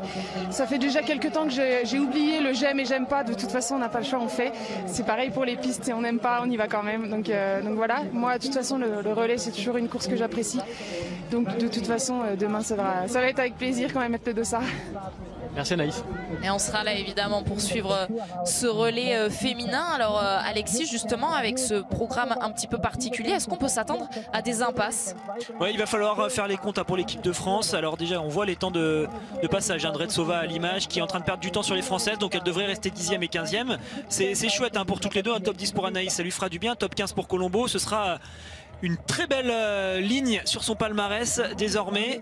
Et oui, on va voir pour le choix déjà de l'équipe de France. Il va y avoir le choix entre le ski et le tir un petit peu. On voit qu'il y a 4 Françaises qui sont extrêmement rapides. C'est Justine Breza, Célia Aymonier, Julia Simon et Caroline Colombo. Elles sont toutes les 4 dans les 25 meilleurs temps de ski. Meilleur temps de ski pour Justine, 7e et 8e temps de ski pour Célia et Julia. Donc c'est aller vite. Caroline est rapide aussi. Elle va quand même plus vite qu'Anaïs. Et puis en face justement on a le tir avec Anaïs qui a tiré à 10 sur 10. Donc il va falloir composer un quatuor avec tout ça. C'est les entraîneurs sélectionneurs qui feront les choix. Et d'ailleurs, ils doivent déjà être en train d'en parler sur le pas de tir en ce moment pour essayer de voir ce qu'ils vont faire pour demain. Est-ce que ça vaut le coup de laisser une Anaïs au repos? Mais au vu de ce qu'elle a dit, Anaïs, vu qu'elle a été longtemps à basse altitude, le mieux, c'est que justement elle fasse des courses et d'une course à l'autre, elle va se sentir de mieux en mieux. Si elle accuse le coup à cause de cette altitude, elle a peut-être eu du mal à la digérer sur cette première course. Et si elle fait le relais de demain, déjà elle devrait se sentir beaucoup mieux, beaucoup plus rapide. On voit à l'image justement les échanges entre Franck et Anaïs qui doivent certainement être en train de parler ce genre de choses. Il y aura peut-être un choix pour l'équipe d'Italie et Dorothea Virer. En attendant, on va la retrouver, Dorothea Virer, dans quelques instants sur le podium pour une nouvelle victoire dans cette saison. Mais tout de suite en zone mixte avec Tanguy. Hi Doro, not a perfect shooting but the first place for sure. I don't know, it's not finished yet, but je ne sais pas, c'est pas encore fini. I hope, mais j'espère. Front shooting, it was not my best, especially the last. Mon tir debout n'était pas parfait. Mon tir couché n'était pas parfait. Mais quand je suis arrivée sur le debout, il fallait juste que je fasse basculer toutes les cibles. C'est une bonne nouvelle pour la poursuite. Oui, c'est bien. Of course, you are starting first, so. Je vais partir en première. Donc we will see. It's day by day. Tomorrow on verra, c'est jour après jour. Demain, c'est le relais. I just hope that I can start really good on Sunday also, but we will see. J'espère aussi que je vais pouvoir bien partir dimanche, donc nous allons voir. C'est un peu étrange, oui.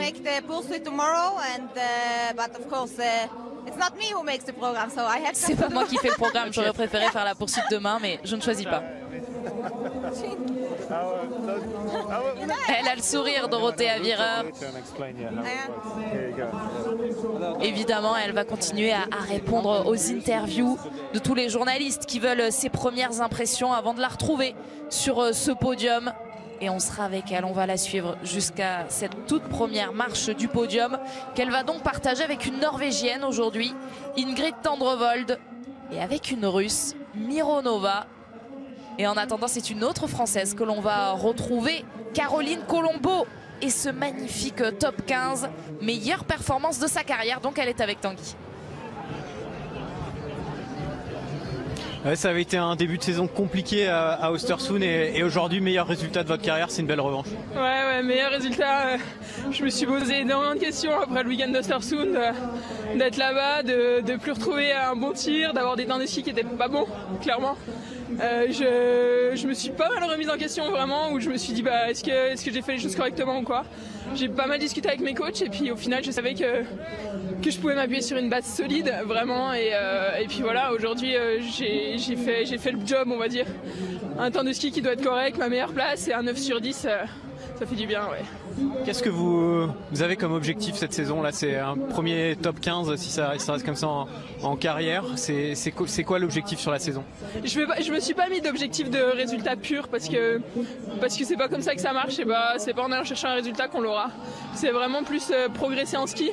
Là je sais pas combien de temps je suis en ski, mais voilà, j'étais à 1,45 de moyenne l'an dernier. Je voulais tourner autour de 1 minute en ski et puis garder les mêmes stats de tir que l'an passé. Je pense que ça pourra faire régulièrement des top 15 si je continue à faire ça.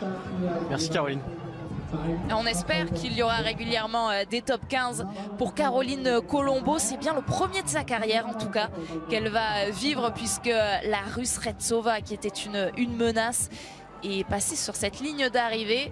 Et elle met même à l'abri Julia Simon, puisqu'elle passe derrière Julia. Elle est 19e, la Russe. Les Françaises sont donc sur ce même classement. Anaïs Bescon 10e, Caroline Colombo 15e, Julia Simon 18e, Justine Brezas 25e, Célie Monnier 40e et Chloé Chevalier 51e sur cette ligne d'arrivée. Vous le savez, ce sont les 60 premières qui disputeront la poursuite. Elles seront donc toutes les 6 au rendez-vous dimanche. Anne-Sophie, Alexis, on est ensemble pour débriefer cette première course au cœur d'un magnifique vendredi de direct. Ça nous emmènera jusqu'à la deuxième course du jour, le sprint homme. Et puis on accompagnera notre grande championne de judo également, Clarisse Agbenienou, qui dispute la finale du Masters en Chine. A tout de suite pour le débrief et notre deuxième événement biathlon du jour, le judo, le Masters également pour Clarisse Agbenienou. A tout de suite.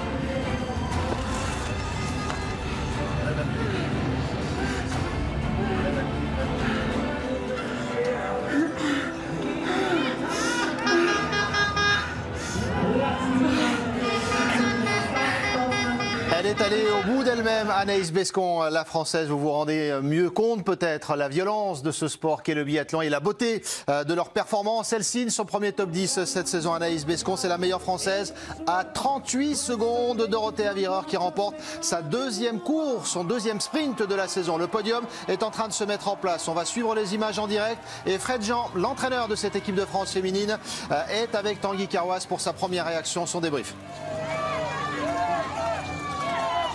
Oui Fred, pas de Française à la cérémonie des fleurs aujourd'hui, c'est une petite déception parce que avec les temps de ski qu'elles font, Julia et Justine notamment, il y avait la place. Ouais, on a 3 Françaises qui sont dans les 8 meilleurs temps de ski aujourd'hui, avec Justine qui fait le meilleur temps du ski du jour, une Julia 7e temps et Célia le 8e temps. Après voilà, aujourd'hui sur un sprint avec 7 sur 10, même en skiant vite, bah, ça paye pas. Ça paye pas assez. Il y avait de la place pourtant. Aujourd'hui avec 9 sur 10, il y avait moyen de matcher. Mais ça va bien finir par matcher, je l'espère. Et puis celle qui fait 10 sur 10, Anaïs, eh ben, elle allait moins bien aujourd'hui. Elle skie moins bien qu'à Östersund d'ailleurs. Ouais, elle allait un petit peu moins bien qu'à Östersund, à peu près 15 secondes moins vite. Mais bon, avec le plein, elle se met quand même à la bagarre pour la poursuite de dimanche. Ça la met 10e. Donc c'est de bon augure pour dimanche et j'espère que physiquement elle sera mieux. C'était long là depuis dimanche le relais. Il a fallu adapter l'entraînement aussi, les tenir en laisse pour pas non plus bouffer trop de jus et à la fois être bien dès aujourd'hui. Donc ça a marché pour 4 filles parce qu'on a aussi Caro qui fait une super course en faisant 15e avec un bon temps de ski. Mais c'est vrai que Nanas elle avait peut-être besoin de cette course pour se remettre dedans et j'espère que ça ira mieux demain et dimanche. Je me projette rapidement sur cet après-midi pendant qu'on parle. Là il commence à neiger. C'est de bon augure parce que les garçons ils ont fait le choix de partir en fin de start list. Ouais, il y a plusieurs stratégies. On voit les Norvégiens, les 2 frangins qui partent plutôt devant. Et chez nous les Français qui ont choisi de partir derrière. Donc si ça vient à neiger maintenant, ça peut être pas trop mal pour nos gars parce que ça peut peut-être ralentir la piste en début de course. Donc on va croiser les doigts. L'idée c'est que les Norvégiens fassent la dameuse pour les Français, c'est ça? Ouais, c'est un peu ça. Ouais. Ils vont faire un peu la trace pour nos Français. Merci Fred. Et on va se projeter sur la deuxième course dans quelques instants. Le sprint homme avec nos 6 Français engagés. Alexis est toujours avec nous, Anne-Sophie également. La fin du podium avec vous, Anne-Sophie.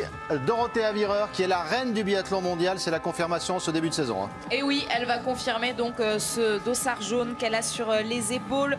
La 9e victoire en carrière pour Dorothea Virer. La 8e sur le circuit de la Coupe du Monde. Et puis l'autre c'était sur les championnats du monde, vous en souvenez sûrement. Dorothea Virer qui est championne du monde de la Mastart mais qui signe donc un doublé après le sprint de la semaine dernière. Alors l'année dernière on a vu Johannes Beu vraiment régner sur cette discipline qui était le sprint, une discipline jugée référente sur le circuit du biathlon. Et bien elle montre oui qu'elle est la meilleure aujourd'hui. Donc après la victoire la semaine dernière à Östersund, nouvelle victoire pour Dorothea Virer, la 2e cette saison. Et puis à côté d'elle Ingrid Tendrevold, donc une nouvelle 2e place après la 2e déjà qu'elle avait prise sur le sprint des championnats du monde. Et oui, elle est vice-championne du monde du sprint. Et aujourd'hui, c'est une nouvelle 2e place pour cette Norvégienne avec qui il faudra compter. Et enfin, en 3e, c'est une première. Cette fois, premier podium en carrière pour la Russe, Svetlana Mironova, du haut de ses 25 ans. À consommer avec modération, tout ça pour Dorothea Virer, qui fait toujours le show. C'est l'une de ses particularités. Alexis, on va débriefer ensemble ce podium, la 10e place d'Anaïs Bescon, qui la place à 38 secondes pour la poursuite. Il y aura donc une poursuite à Orfilsen, la meilleure performance en carrière de Caroline Colombo. Dorothea Virer partie pour dominer le biathlon cette saison. C'est déjà une certitude ou pas, Alexis, par rapport à ce que vous voyez? Et on s'intéresse aux Françaises dans la foulée. Moi, je suis surpris de ce début de saison chez les filles, non pas par la domination de Dorothea Virer, mais par le niveau de ses adversaires. En fait, on se rend compte que parmi celles qui peuvent vraiment rivaliser avec elle à ski, il n'y en a aucune qui répond vraiment présente de manière régulière. Quand on regarde les temps de ski aujourd'hui, Dorothea Virer a le 3e temps de ski à 3 secondes de celui de Justine qui est la plus rapide. Royseland est juste devant elle. Ekhoff et Mäkäräinen sont là aussi, mais par contre en termes de classement, finalement Royseland, Ekhoff et Mäkäräinen sont beaucoup plus loin. Donc là, clairement, on s'attendait peut-être à Vitozzi, on s'attendait à Reuseland. Pour l'instant, elle est toute seule et c'est pour ça qu'elle est en tête. Dorothea Virer, deuxième succès donc cette saison après le sprint à Östersund. Les Françaises, Alexis, Anaïs Bescon, 10e à 38 secondes grâce à un 10 sur 10. Elles sont excellentes sur le ski. Elles répondent un petit peu moins présent sur le pas de tir, c'est ce qui les handicape. Aujourd'hui, quel bilan vous faites de cette équipe de France?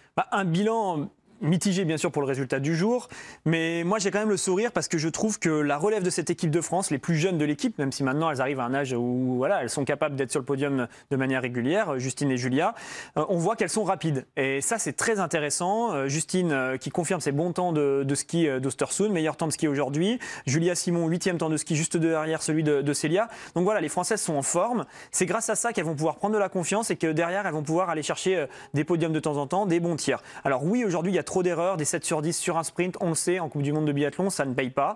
Par contre, voilà, on voit des attitudes qui sont intéressantes sur cette piste et la forme, c'est pas quelque chose qui part comme ça du jour au lendemain. En général, quand on est bien en début de saison, on reste rapide jusqu'à la fin de la saison, alors que le tir, ça peut fluctuer beaucoup plus rapidement. Donc là, pour l'instant, c'est moyen pour les Françaises, en tout cas pour Julia, Célia et Justine. Ça peut très vite aller beaucoup mieux. Et puis, bravo à Anaïs qui va chercher un beau 10 sur 10. Malheureusement, c'est elle. Ski, Anaïs est là. Malheureusement, c'est pour elle que c'était plus dur aujourd'hui à skier. Alors, plus dur à ski, malgré ça, elle a assuré son tir avec un 10 sur 10 et ça la place à 38 secondes seulement en vue de la poursuite. Ça veut dire qu'Anaïs Bescon, elle a fait le plus dur aujourd'hui, Alexis, en allant chercher ce 10 sur 10 qui la maintient dans la course pour la poursuite. Elle a fait le job pour moi, Anaïs, aujourd'hui. Elle l'a expliqué, elle sort d'un mois d'entraînement et de compétition en Scandinavie. On passe sur des altitudes qui sont différentes. En Scandinavie, on est quasiment à zéro, à peu près à l'altitude de la mer, voire juste au-dessus. Ici, on se retrouve aux alentours des 1000 mètres. Donc, au niveau de l'organisme, quand on est sur un effort qu'on fait en ski de fond, c'est quand même quelque chose de très important. Anaïs l'a subi aujourd'hui, clairement, sur les skis. C'est pour ça qu'elle est aussi lente par rapport au temps de ski qu'elle pourrait espérer. Par contre, elle a fait le boulot sur le pas de tir. Alors, elle a quand même profité de bonnes conditions de tir. Il n'y avait pas de vent quand elle a tiré son debout, contrairement à des athlètes qui ont dû tirer avec un vent assez fort. Mais Anaïs a assuré l'essentiel, se placer pour la poursuite. Elle va partir 10e. Ça va être une course en confrontation directe où elle va être directement au contact des autres. Là aussi, ça va l'aider à se sentir mieux. Elle aime bien ça ? Ouais, elle aime bien. Et puis, ça va l'aider à se sentir mieux par rapport aux sensations qu'elle a eues aujourd'hui sur sa course individuelle, par rapport à justement cette différence d'altitude, par rapport à ce qu'elle avait l'habitude de faire les jours précédents. Le taxi biathlon lui a réussi aujourd'hui à Anaïs Bescon. Elle était avec Tanguy pour se confier avant cette course et elle réussit sa meilleure performance avec cette 10e place à 38 secondes qui la maintient largement en course pour la poursuite qui sera à vivre dimanche pour les filles. Demain à partir de 11h, ce sera le relais féminin justement et la poursuite homme, un programme particulier très chargé à Orfilsen. On continue à débriefer la course des Françaises avant de se projeter vers la deuxième course du jour, le sprint homme avec 6 Français engagés qui partiront un petit peu plus tard dans la start list. On vous donnera le détail. Ce sera notamment le cas pour Martin Fourcade et Simon Détieux. Caroline Colombo, Alexis, c'est l'un des rayons de soleil du jour côté français. 15e place, meilleure performance en carrière. On l'a senti tellement soulagée au micro de Tanguy tout à l'heure. On peut dire que c'est la seule performance à applaudir vraiment aujourd'hui. Alors oui, le tir 10 sur 10 sur Anaïs, il est bien, mais il a manqué du côté du ski. Par contre, Caroline, elle a fait une course complète, on va dire, à son niveau. Aller chercher un top 15 sur un sprint qui est quand même une course de très haut niveau, ce deuxième sprint de la saison. Elle fait quelque chose de fort. Aujourd'hui, elle est vraiment pas passée loin d'un top 10 avec une balle qu'elle rate sur ce dernier tir, malheureusement. Si elle termine à 10 sur 10, elle est dans le top 10, je pense, à la fin de cette course, largement. Donc, belle réaction d'orgueil suite à 2 semaines à Östersund qui n'étaient pas bonnes pour elle. Elle rentre enfin dans la cour des grands et on va pouvoir avoir une équipe féminine un peu plus dense. Et ça va faire du bien à toutes les filles qui composent cette équipe de France. Caroline Colombo, 15e. Justine Brezaz et Julia Simon, est-ce qu'on les met exactement dans la même catégorie aujourd'hui, Alexis ? Parce qu'elles étaient rapides, l'une sur les skis. Meilleur temps de ski pour Justine Brezaz et meilleur temps de tir pour Julia Simon. Malheureusement, un 7 sur 10 à la clé, mais elle a tiré extrêmement vite. On va la réécouter, Julia Simon, au micro de Tanguy tout à l'heure. Elle est très lucide, elle s'en veut et elle le dit dans des termes très directs, on peut le dire. Et voilà, je pense que je repars un peu dans mes tirs de l'an dernier où c'est pas mauvais, mais c'est pas assez propre, c'est pas assez stable. Et là, vraiment, ça me frustre parce que je travaille tellement pour ça et faire cette tir de merde, clairement, le jour-là, ça fait mal. Mais on a encore des belles courses derrière et je vais débriefer avec Franck pour pouvoir remettre ça directement comme il faut, d'aplomb dans le droit chemin, quoi. Les tirs de merde de Julia Simon, pour reprendre ses propos, on va les disséquer avec vous, Alexis. Alors d'abord sur sa réaction, hein, est-ce que vous aimez ce genre de réaction de la part de Julia ? Oui, clairement, on sent que Justine et Julia ont envie de faire des podiums et de gagner cet hiver. C'était pas le cas jusqu'à la saison précédente. Elles se cachaient derrière la jeunesse. Maintenant, elles ont envie d'être là, elles ont envie d'être performantes et ça, c'est très bien au niveau de l'état d'esprit. Et pourquoi c'était des tirs de merde alors, Alexis ? Parce que c'est un score qui est pas bon pour du biathlon. 7 sur 10, c'est pas un score suffisant sur un sprint. Là-dessus, il n'y a pas photo. Par contre, ça reste des tirs extrêmement rapides. C'est mine de rien. Peut-être qu'à chaud comme ça, elle s'en veut un peu, mais mine de rien, c'est grâce à ces tirs rapides qu'elle reste quand même assez bien classée sur le classement final. 18e aujourd'hui, elle est devant Justine qui pourtant a le même tir et elle est plus vite qu'elle en ski. C'est sur le pas de tir qu'elle a fait la différence par rapport à Justine en tirant plus vite. Maintenant, faut qu'elle peut-être accepte de perdre 1 ou 2 secondes de plus, c'est pas grave, mais assurer les balles d'or. Après, regardez les fanions tout à droite de l'écran, ça bouge quand même beaucoup quand elle fait ses tirs, donc ça l'a pas aidé. Sur le coucher, elle a tiré avec 2 pénalités, voilà, pas mal de vent, donc elle s'est peut-être fait avoir là-dessus, mais ça reste quand même un tir assez rapide, même si on voit qu'elle met du temps à se relever, parce que je pense qu'elle accuse le coup. 2 erreurs sur un tir couché. Elle s'en veut là. Ça fait mal. Julia Simon qui partira en 18e position à 56 secondes. Vu sa vitesse, elle peut remonter, aller viser un podium sur la poursuite. Toutes les Françaises se sont qualifiées pour la poursuite et ça c'est une bonne nouvelle également. Le tir groupé des Françaises qui sont toutes dans les 50 et qui disputeront la poursuite dimanche.